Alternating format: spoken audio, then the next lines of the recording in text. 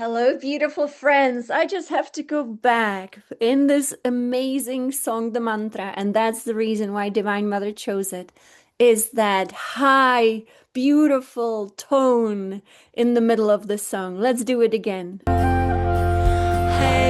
Narayan Satnam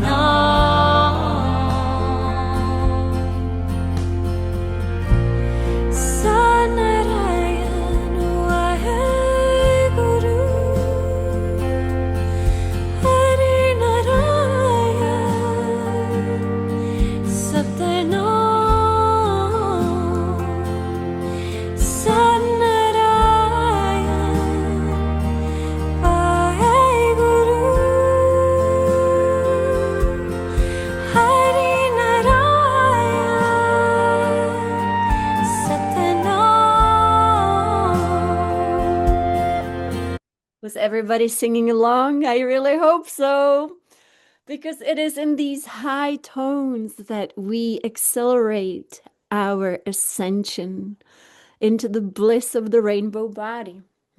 I guess I'll have to do it one more time. What do you think? Let's do it. Is everybody going to sing with us? Please. Here it is. Hari Narayan Satnam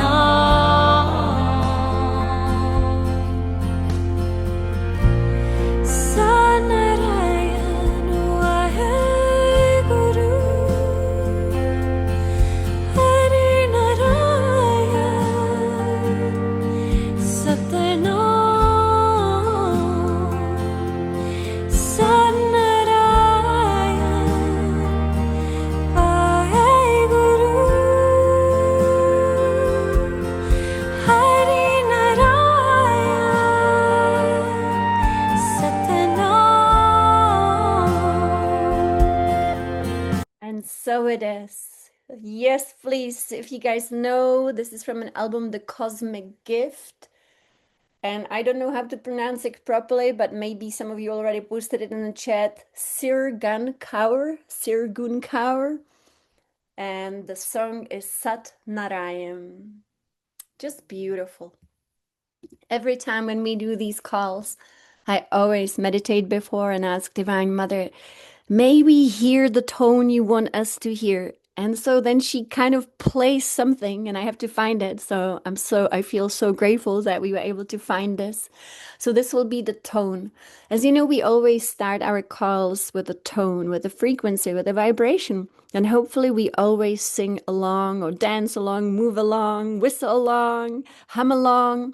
And that synchronizes us around the world through the planetary grid. It's pretty incredible what sound is doing in cosmos. And so we are that sound, synchronized together. I put this long quote here from Yogananda on the screen so that you can read it. You know, I always think in terms of billions of years of why we here and how we came here first and how wonderful it was when we first came here. And I remember when the first portal opened in the Himalayas and Yogananda, as a master in cosmos, called us and he said, let's go. We're going to be seeding life on this planet. She's ready for consciousness. So this was our amazing expansion of creation. So really, you know, I've talked so much about it over the years, so maybe you've heard it before. But the big picture is something we always have to remember. The life that we have been living in this world right now is not our true original purpose. This is not at all how it was meant to be. These generations upon generations, civilizations upon civilization, that was not the original intent. So what we know and are so familiar with is not it. So I want to go back to it, but I also want to go into the ancient future, which will be it once again. Right now we live in a broken world. We have been existing in a broken world since the fall. That was the break apart. That was the fall from grace. It was the fall of the axis of this planet.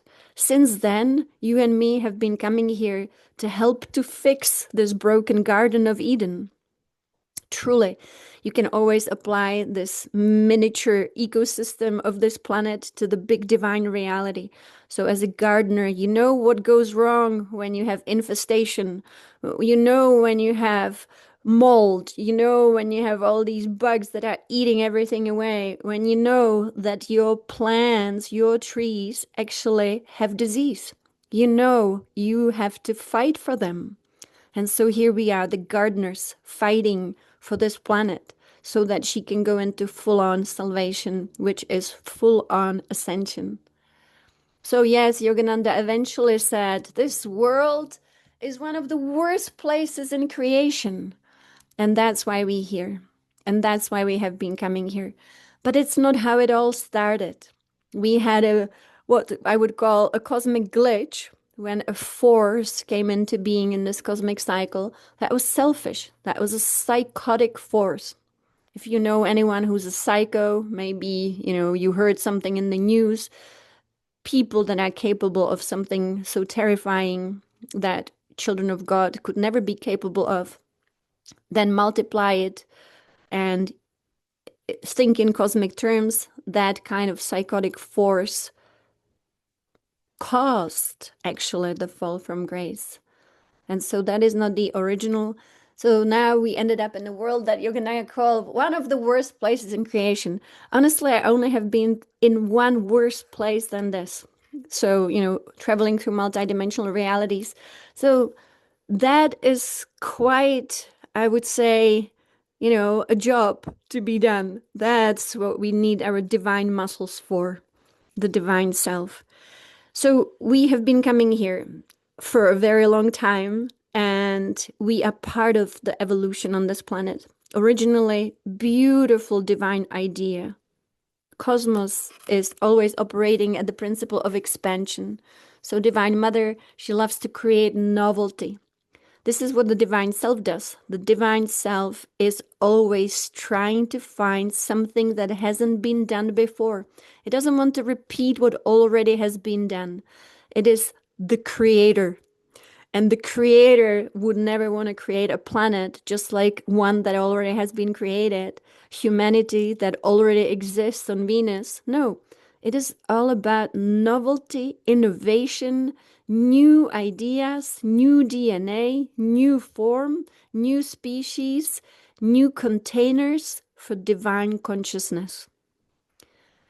So originally, we were so excited, you and me, when Yogananda called us to be here and said, look, she's ready for consciousness. She's ready to hold life.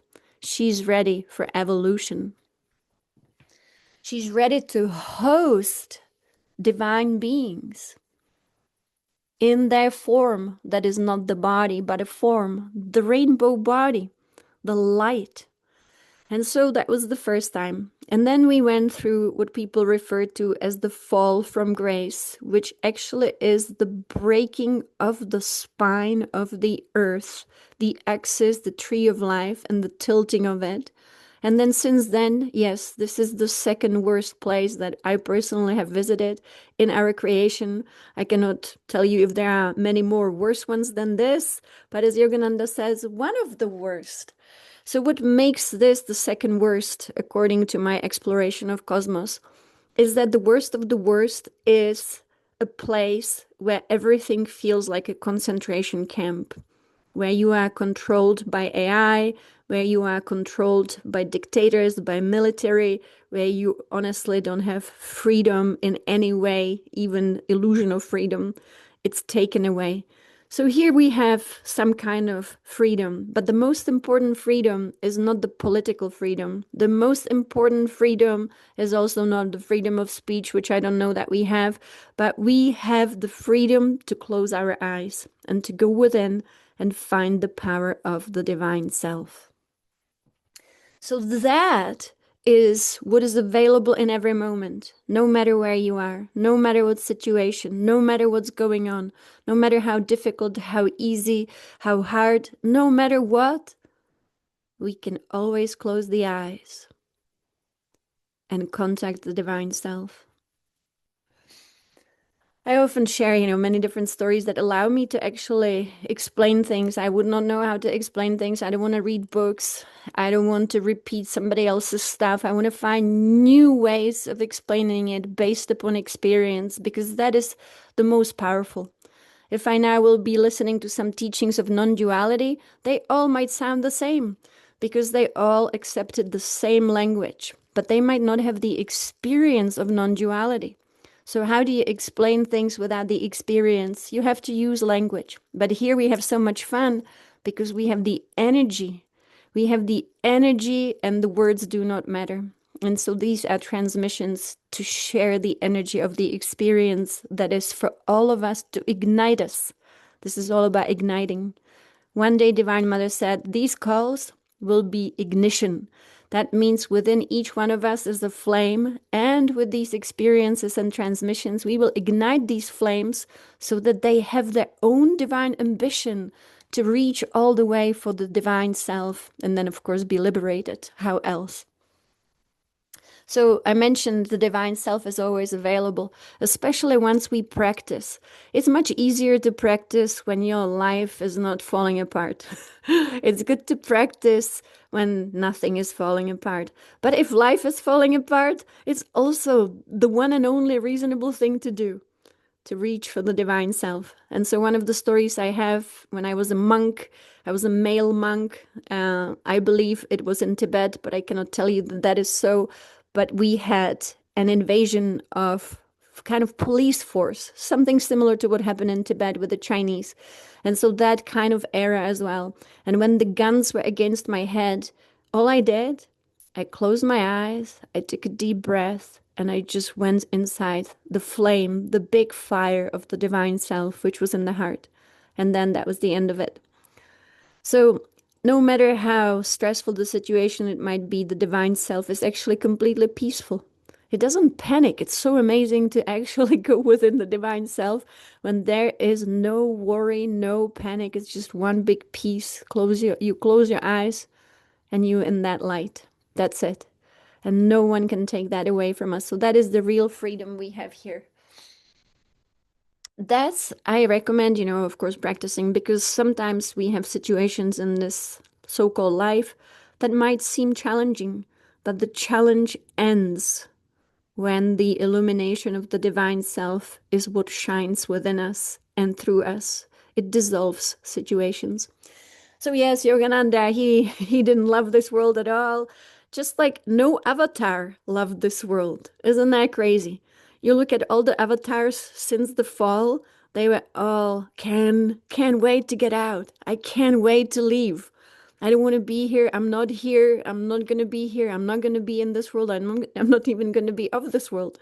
So it tells you something, but we are here now. So the game is on, and we are the ones that the game is now being played by, as well also as all the other ones. But where is the power? The power is only in the divine self. Everything else is the false power. The power of, I don't know, presidents, kings, queens, who knows? None of that is truly powerful. So we have a system built by the nefarious ones. We have the system built by unconsciousness. So how do we change anything? We have to be the change we want to see. And it's not like that today we end these ridiculous systems. It's not like today the entire world can change. But if enough of us sing our song, if enough of us get ignited by the true light, and truly shine that light by not trying to do anything, but just being it, then everything else has to dissolve in the light of the divine. So, as Yogananda says here in the quote, yes, one of the worst places in creation, but we are here to change that. So it also said that God and his angels and millions of good spirits are trying to establish divine harmony on earth. And that's what we are here. We are establishing divine harmony on earth. Boom, bam, so it is. So we've had Comet, with a very large tail moving through our solar system. Maybe you've seen some images of it. It's very fascinating to know that when a comet of that immense power and illumination moves through a solar system, of course, we little people here in these little bodies on this planet receive incredible light. And that's what's been happening the last few days. So these particles from the comet, they ignited. This is exactly what I saw.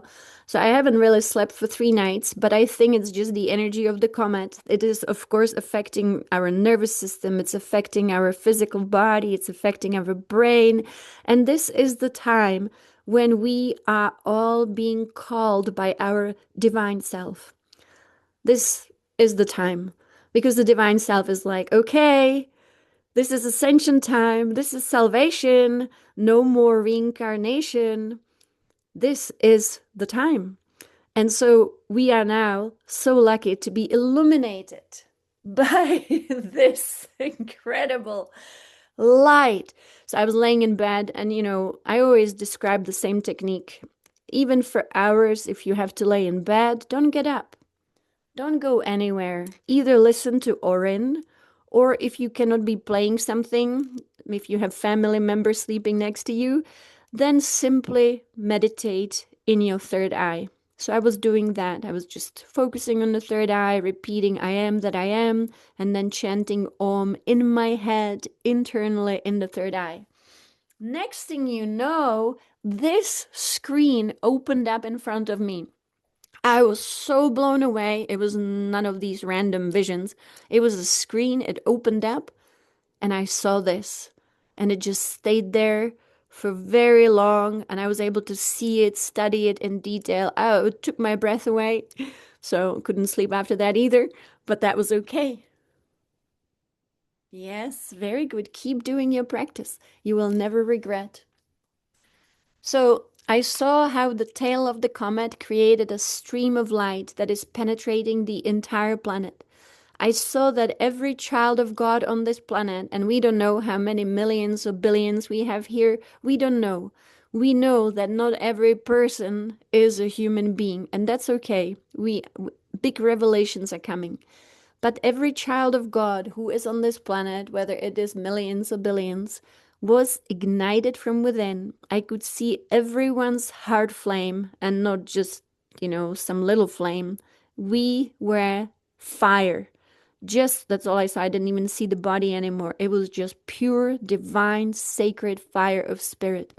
And the entire planet was surrounded by what I would call beings of light. Again, you don't see their shape, you see them in their essence as stars.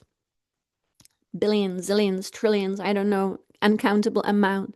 So this tells me that just a few days ago, we have been amazing, amazing. We have been ignited, illuminated, and we are getting ready for something so big. And yes, ascension must happen in this lifetime. That's why we're here. We didn't come here for some project that would take thousands of years. We came here for completion. So, Patricia Coda Robles sent that beautiful email. And today we also completed the video to go along with the email. And when I always read the script to make the video. So some things really stand out. And to me, what really stood out is when she says that the earth was completely elevated, uplifted into the embrace of the grand central sun in 2023.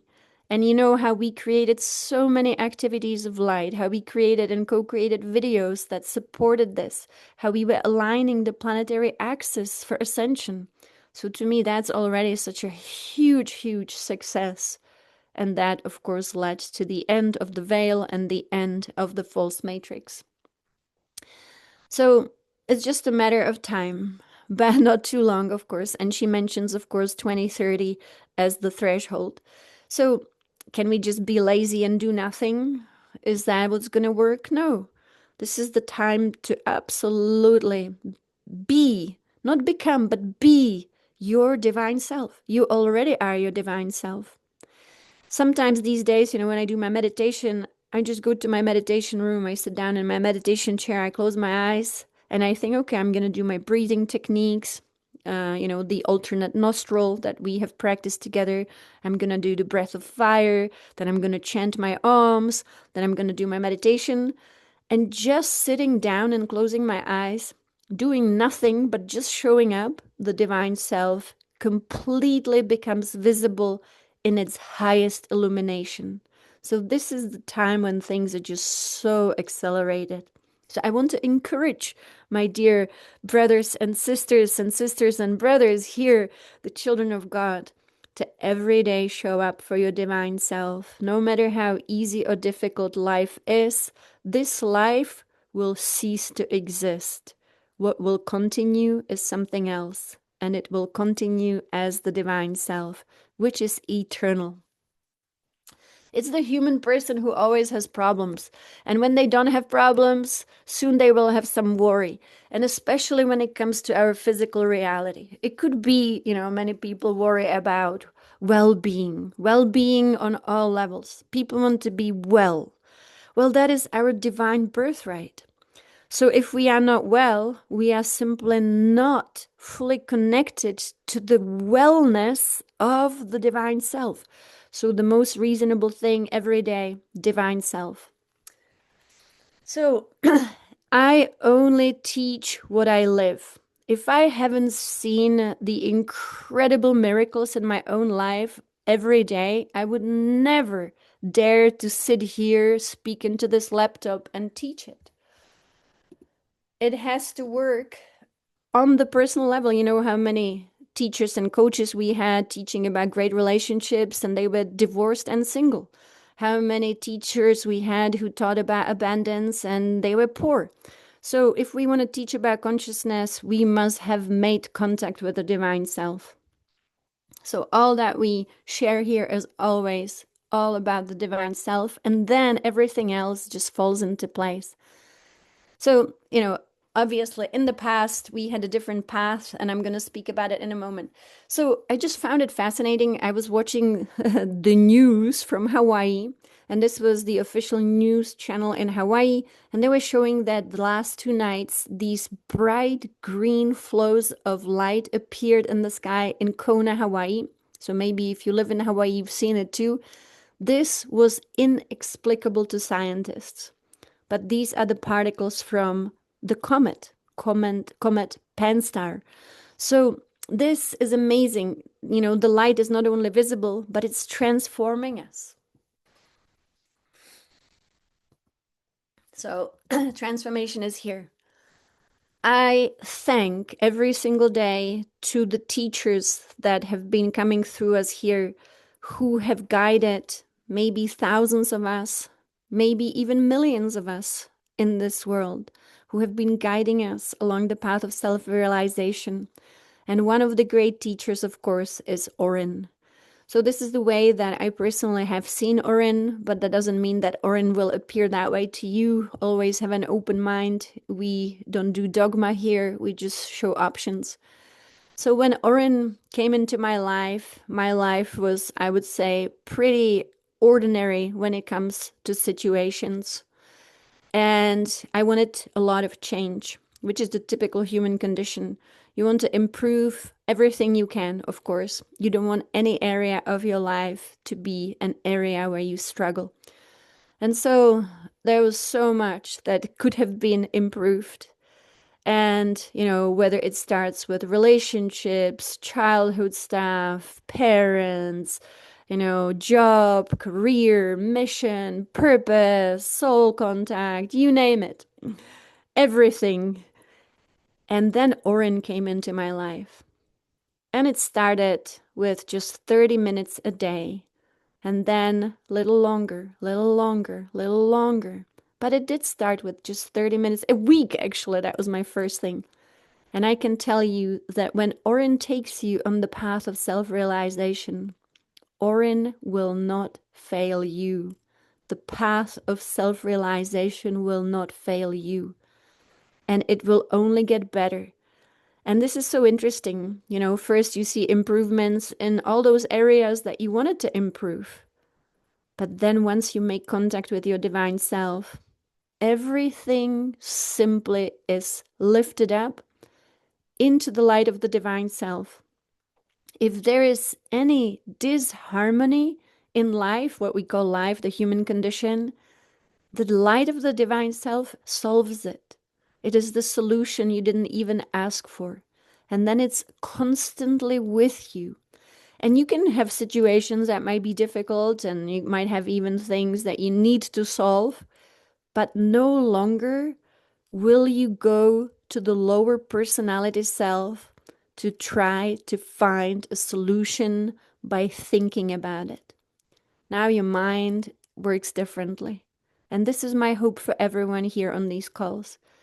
Because it's like you want to help everyone to keep going, keep going. Don't stop when you get to the soul level. Keep going. There is more. But once you get to the divine self, that's it. Now you have freedom. And this is where even the mystics and all the mystics who came into this world, once they got to the divine self, they would even drop all the discipline. Because now you have freedom to be, because the divine self is free. It's free from the bondage that the personality self was experiencing all the time, here and there. Now and again, in the entire lifetime, the bondage is gone.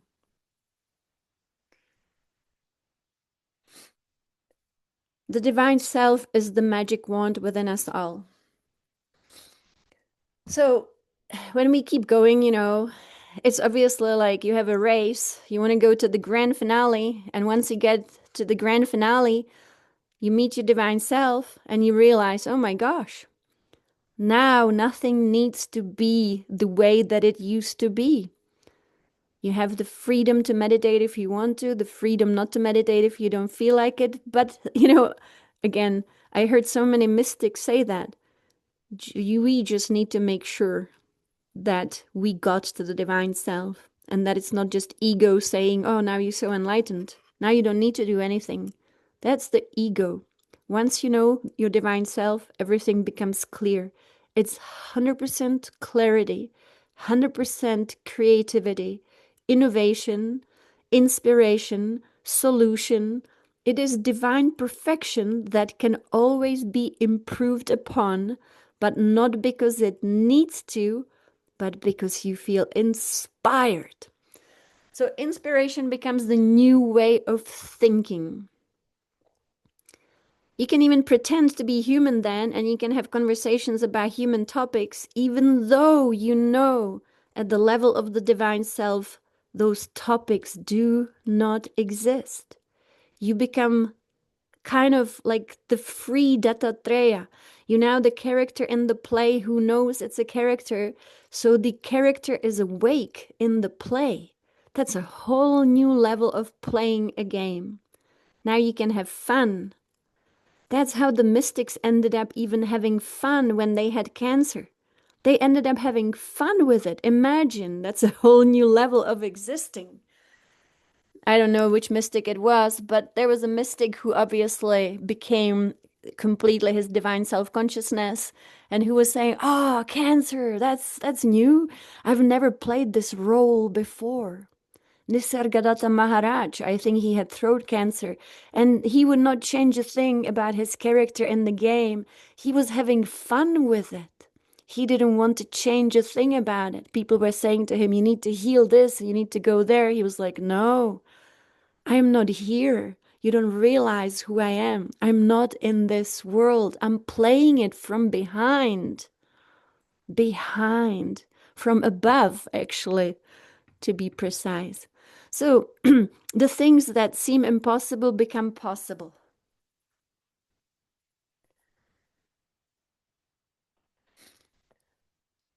Very, very fascinating. Everything becomes like a character who is playing a game and has so much fun, even pretending to be sad if they need to, want to. Yogananda, people ask him when he was betrayed by his best friend and he knew it was going to happen. He was always telling his students, oh, my best friend's going to betray me in a few years. It's going to go like this. This is what's he's going to do. So his students, his disciples, his closest disciples knew Yogananda's future because he told them. But when it happened, he was so sad, he was disappointed, and his disciples came to him and said, "But Master, you knew it was coming. Why would you be so sad?" And he said, "I'm just playing my character in the Leela. I'm just playing a sad character, but I'm not this character. I am not this sadness. I am not really sad. I'm playing it." He was playing the Leela. So I'm very passionate, obviously, about what happened in my own life because, oh my gosh, the divine self, when it becomes your consciousness, everything changes. Nothing remains the same. The old person is gone. This is a transformation of consciousness from really unconsciousness to consciousness.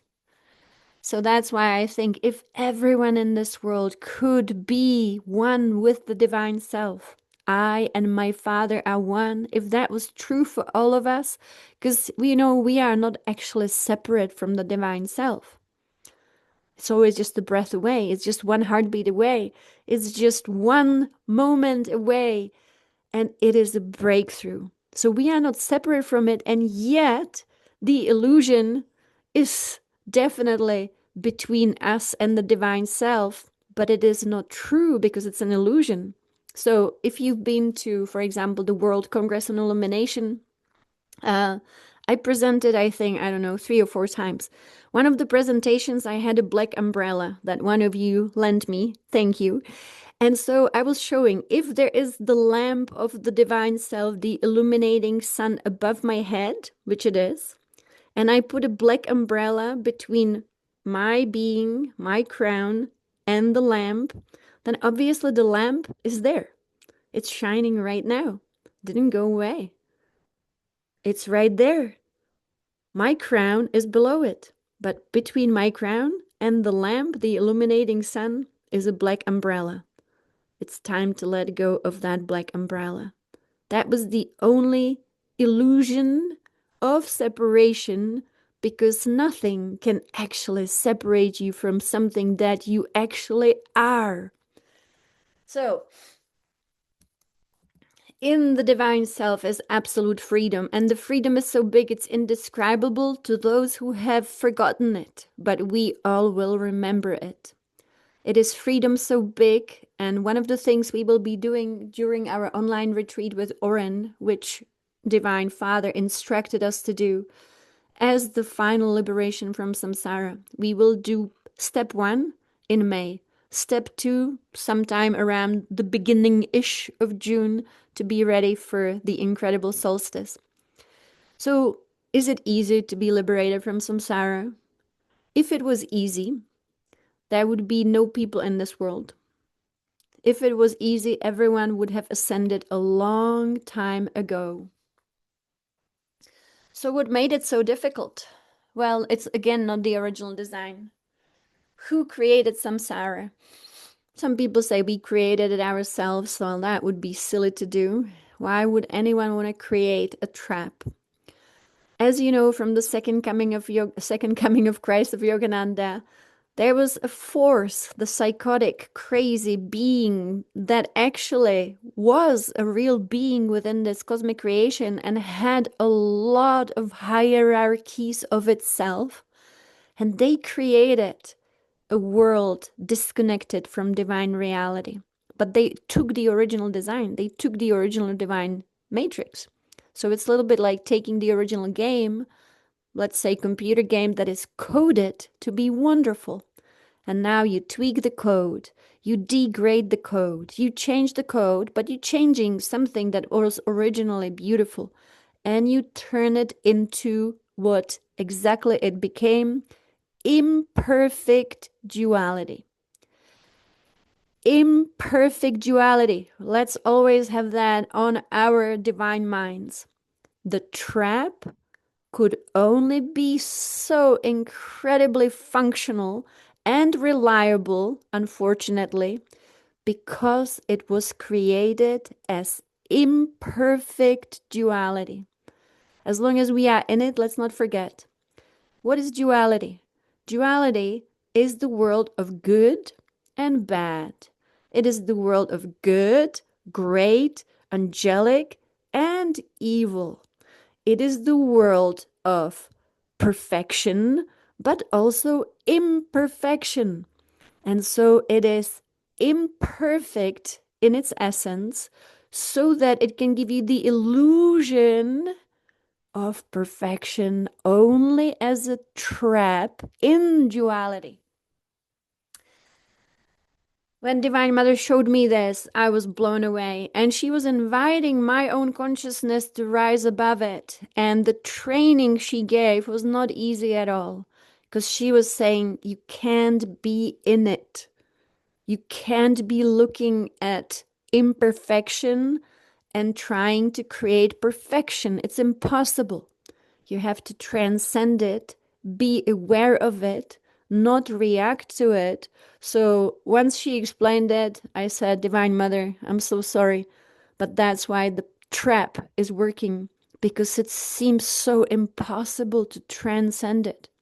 And yet, of course, it is possible. And that's why we are here. We are here because it's possible. Have many done it? No.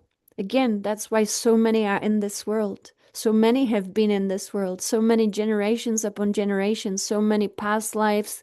And repeat, repeat, repeat, repeat. So much reincarnation because the trap worked so well. So how do we actually completely transcend it? Is by contact with the divine self. Divine self is who is teaching us here, of course. We only have one big divine self, all of us, and we are the fractals. So whatever the divine self says through this person here, it's also what your divine self is saying to you. So I'm just reading the field. The divine self operates beyond that duality, which is imperfect by design. It has disease, but it also has health. That is a trap. Sorry, I have to take off my pendant here. It keeps knocking into my laptop. But it's a Shiva pendant, so Shiva's here with us. So we first need to understand it. It is imperfect duality that trapped trillions of beings in this world, because this world was separate from divine reality, and it was very, very, very difficult to ascend from it. People would just die. They would go into the interdimensional spaces, 4D. They were sent back. They would die again. They would be there. They would have some false guides telling them, oh, you have to go back, unresolved lessons. You need to go back to the school that we call Earth. It was never meant to be a painful school, but it became a very painful school. And I was just talking to my husband. We were asking ourselves if we know someone in this world who never suffered in any degree or any way. And maybe you know someone, we just couldn't come up with anyone. One of the things that often turns into suffering is aging of the body. Suddenly there is pain, and maybe there is disease, maybe there is deterioration of the mind, maybe there is deterioration of the functioning of the whole body, maybe the process is not really nice. Who knows?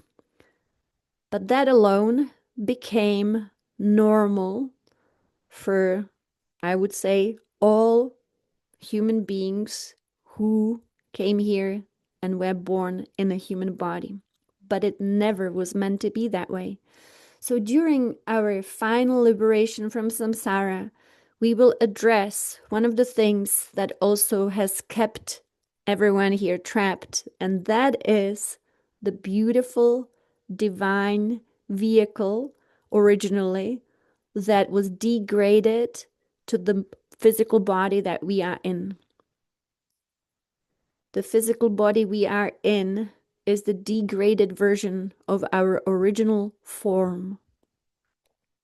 Again, the code was beautiful, the code was changed, the DNA was celestial, the celestial cosmic DNA was changed. As you know, it's a very big genetic manipulation of the human genome. The entire human genome got manipulated to change us, to degrade us, to turn us into mammals. We were never meant to be mammals. So during this liberation from samsara, we will be liberating our mind from the misunderstandings that are all attached to the human body. I'll give you an example. Not a crazy big example, but one of my experiences of liberation when it took place as a spontaneous experience. So, as human beings, we like to take care of the body. Maybe we take supplements, maybe we take some herbs, maybe we believe it will support this body to be healthy, to thrive, to live longer, to have more energy. And all of it might be a belief system that serves us. But everything comes from a certain belief system. And that's how placebo can work, because even placebo, of course, works because it's a belief system. It's a very strong belief. So we cannot say that something works or doesn't work if it comes to things like, for example, exercise and supplements. It completely depends. So when this incredible state of complete liberation happened through the greatest love that we are, which is for all of us, explosion of love, suddenly I realized as a person, there is absolutely nothing, and I mean nothing, that ever truly needs to be done to even support the body. Nothing. That the divine self is the ultimate solution even for the physical body. And that when one is one with the divine self, the physical body is benefiting in every single way. Everything else becomes unnecessary. And that doesn't mean that we don't do it. It doesn't mean that we, stop doing everything, but it could, for those who experience the incredible full-blown liberation, it could mean that it will change everything about what you do. There is a guy online. He's got a YouTube channel. I don't really remember his name. I listened to him a few times. He experienced full-blown liberation. I think he's Irish. He's in Ireland. And I'll find him. He was doing his practices. He was following the path of Yogananda. He experienced full-blown liberation. Until that moment, he said he was going to the gym, he was working out, he was trying to look good. The moment he experienced liberation, he never ever went back to the gym because he obviously had the realization of the divine self that the one and only muscle we want is the divine self itself. These are just little examples, of course. Same, of course, with our health. Health becomes it becomes a non-issue. Everything becomes a non-issue within the divine self. You become so disinterested, but in the most wonderful way, just like the character playing the game, having fun in the game. So we will be working with the illumination of your mind, which will be incredible. I was thinking, in this world, if you went to what we call 3D school, for example, what else could we call the educational system that really did not educate us at all? So I went through the educational system, and after going through the educational system, looking back at it, it failed every single one of us. It's failing our children, it's failing our grandchildren, of course. How could it not? What would educational system should look like? is something that Yogananda tried to create. And I think he created school in India for little kids. And that would be the number one thing before anything else, who you truly are, how to breathe, how to connect to the divine self, how to open all the channels, how to find the divine self should be the first 8 years of school. And then we can get into creativity. Then we can get into innovation. But being burdened by the school system, right? It failed us because it didn't teach us a thing about the divine self. Yes. So a big letting go is happening in the physical body. I see, as a Deborah, that you mentioned that. I even experienced my death last night, and nothing like that happened ever before. Out of body experiences are not death itself, obviously, because you continue in a way that your body is still alive. But I think this is all caused by the light of the comet, that we are experiencing also these other states, which is obviously complete liberation from this physical form as it is, kind of a mammal form that needs digestion, that needs elimination, that needs food, that needs sleep. So all of that we letting go of. The music of Thaddeus that I suggested is Ascend to Heaven. Ascend to Heaven. So if you combine it, that's a wonderful combination. So what is our goal here? I don't come up with these retreats myself, and they are always something that the divine is asking us to take as the next step, whether it will be 10 of us, 100 of us, it doesn't matter. It's just that these steps need to take place in this quantum field. As you know, the team that is here now on this planet, they might look human, you might look human, but your energy, your DNA, your etheric body, your cosmic DNA is probably far from it. So there's a big team that is always asked to do certain things. And as Patricia said in her email, could be thousands of different things that need to be done. How does this work? For example, the divine parents will say, we need one team to work with the divine self. We need another team to go to Rome, or maybe it's the same team. We need another team to now be in a silent meditation retreat. And so everyone will have their own inspiration from the divine self. What is the divine self? Is it just consciousness? A great question. The divine self has many different names, but again, I'm gonna just, for the first time for me, the divine self appeared totally unexpectedly in my meditation. I was just meditating with Oren. I was alone. I just thought it was a weekend, and I thought I have so much time alone. I'm just gonna listen to Oren, sit upright, just what I normally do. And so I put it on. It was Oren. I was connecting with your divine self, one of the tracks. And then suddenly a voice spoke to me. And it was very clear to me this voice was not a voice of something external. It was speaking in words. It was answering my questions. It sounded like my voice, but in the most harmonious way, and it was not in my mind. It was audible, and so I opened my eyes just to look, and it was coming from the heart. So this was my first experience. Completely different consciousness than the person. And I know I've shared this experience many times, but it lasted for several days. I was driving to work, and this was in San Diego. I was driving to La Jolla to work at a research institute, and my drive was about 45 minutes.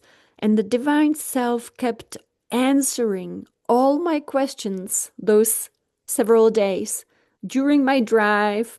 It was inexhaustibly available.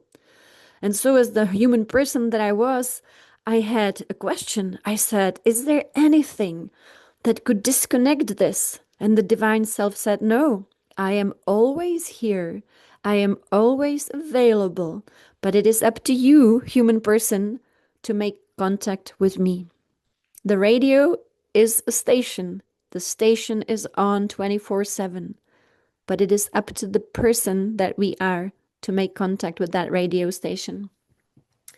So that was the first contact. And then the second contact that I had with the divine self, and giving it a different name, you can also call the divine self a unit of your spirit. There is one ultimate cosmic spirit. It is in all of creation. But Yogananda taught me, and this was in 2012, that there are certain steps in our structure, that we are like a tower. And that tower has different floors, and that also has a roof. It has different size windows. And so it's very precise. It's not something we imagine. That's just our divine architecture, our divine anatomy. And so just like you have two arms, two legs in the structure of your being, you have different layers of your being, and not just yourself, because there's so much more to you, of course, than this little person. So Yogananda taught the process that many of you have done. First, of course, you need to be able to leave this little personality self behind. If we hold on to any delusion, we are not free to self-realize something higher. So the next available level is to ask the soul and the soul plane.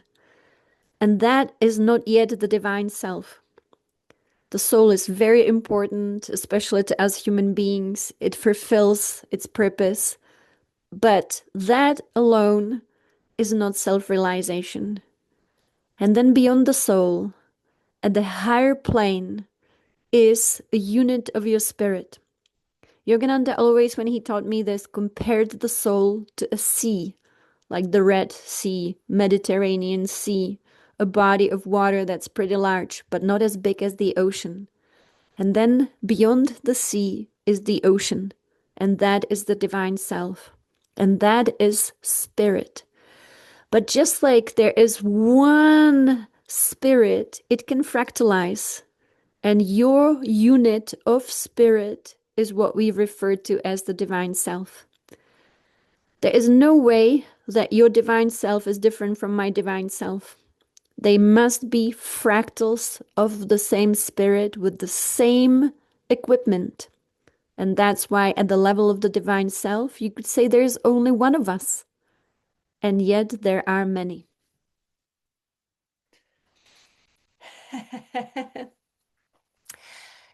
Well, it becomes very simple once we see it, of course. So, is it important to understand all I'm describing here? Not at all. So don't worry if it's complicated or easy to understand. But the number one thing, beyond all understanding with the intellect, is to reach for the divine self. And then you can describe it in your own words. But you will realize that if there is one unlimited part of us, an aspect of us, it is the divine self.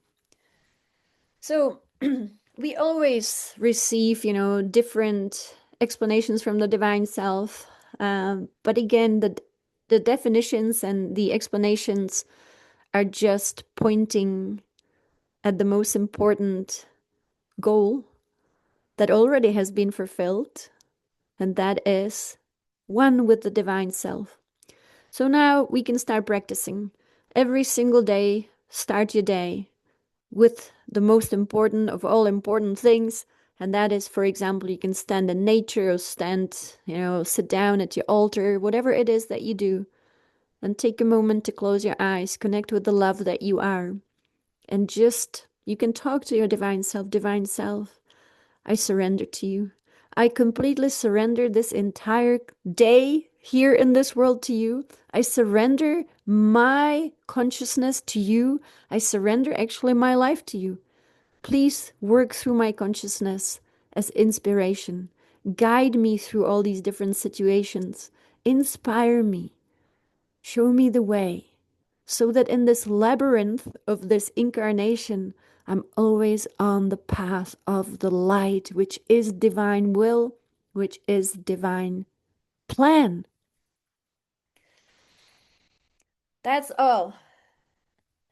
It doesn't take much. So people do many different things in this world, and yes, we had so many teachings, and so many teachings will become obsolete. There is no need for many teachings in this world that exist here in this world right now because they do not connect us with the divine self in this profound way, where our consciousness becomes the consciousness of the divine self. The divine self doesn't come here, but we reach with our awareness into the light of the divine self. And then it's available to us at all times. And yes, I promise you, you can still engage in conversations that are totally human. It's even more fun than to be human because now there is this unlimited aspect to you that you realized. It doesn't go away, it goes nowhere. So the solution of all things is right there. And it's always available right there. As the person that we are in this world, we often have so-called problems, don't we? Whether they small or big. And whether they attach to our mind, our situations, our body, there's always something to be solved. That is the broken, imperfect duality. The divine self has never, ever, ever in this eternity that is eternal and infinite, the divine self has never had a problem. It never saw a problem. It never had a thought about a problem. Isn't that crazy? And how amazing that you and me in this very moment are already that consciousness. We just need to chuck the black umbrella between us and the divine self. And nothing is easier than simply letting go, which means I'm holding on to something, I drop it.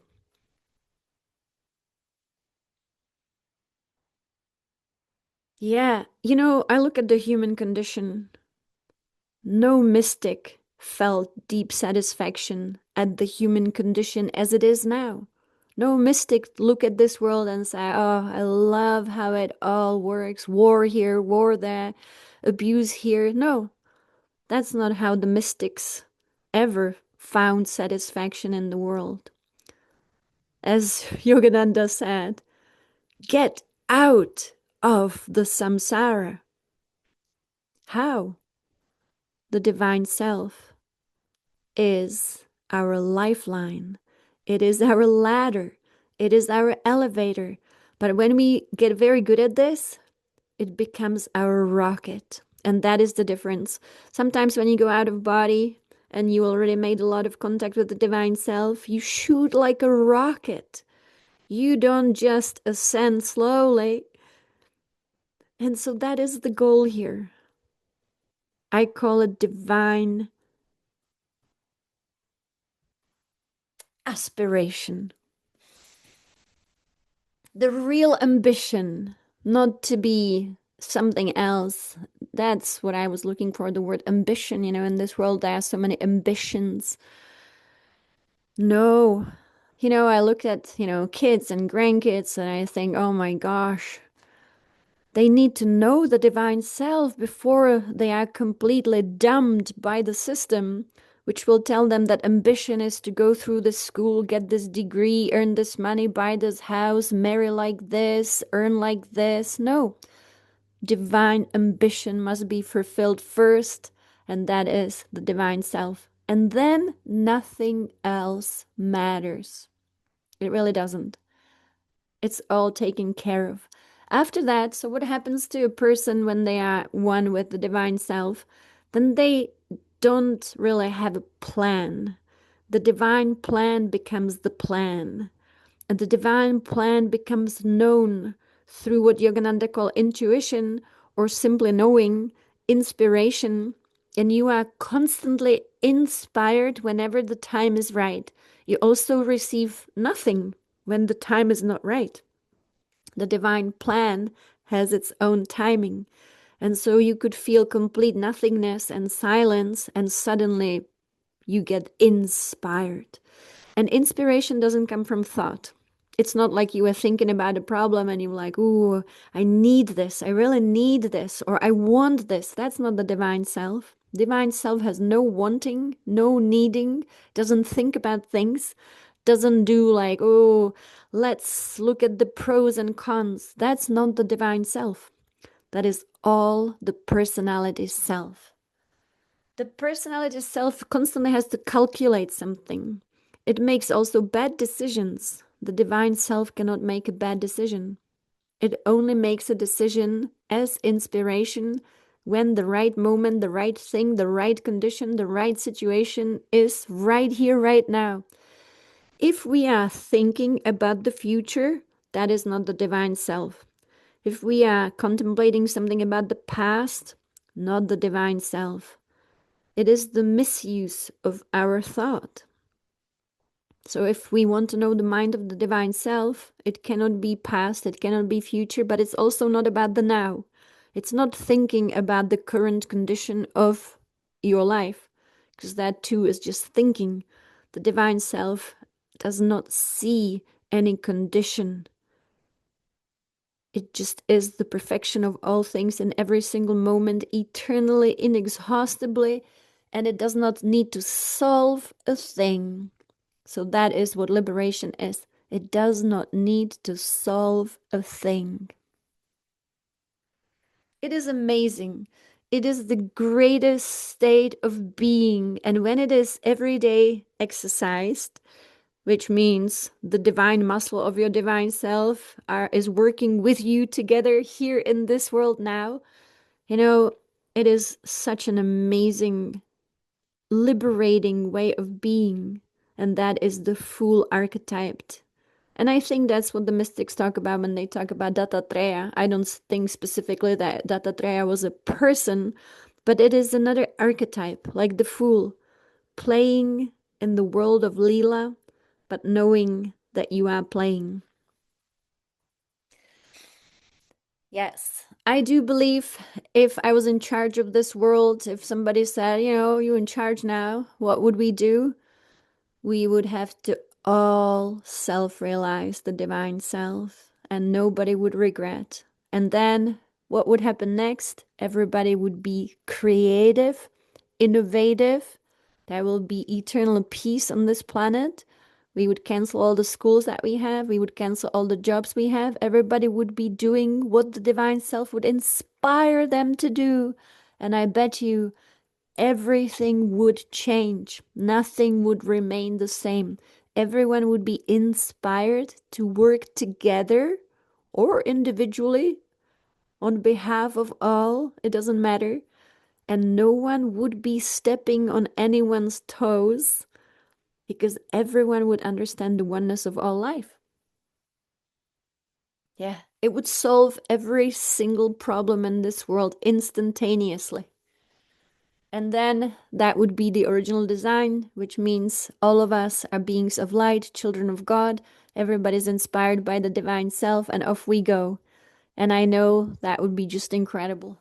So we will hold that in our consciousness, playing well together. Yes, thank you. And so with that, as you know, we will be doing this retreat in about 2 weeks, but in between we will have other calls. I will announce them as soon as I can. We just had a family visit here until a few days ago. So I am back online and we will be doing more calls and connecting with our divine self. So thank you so much. Many blessings. Enjoy being your divine self. I will see you in the divine self, in the ethers. And also we are enjoying the illumination of this incredible comet and the particles. So thank you so much.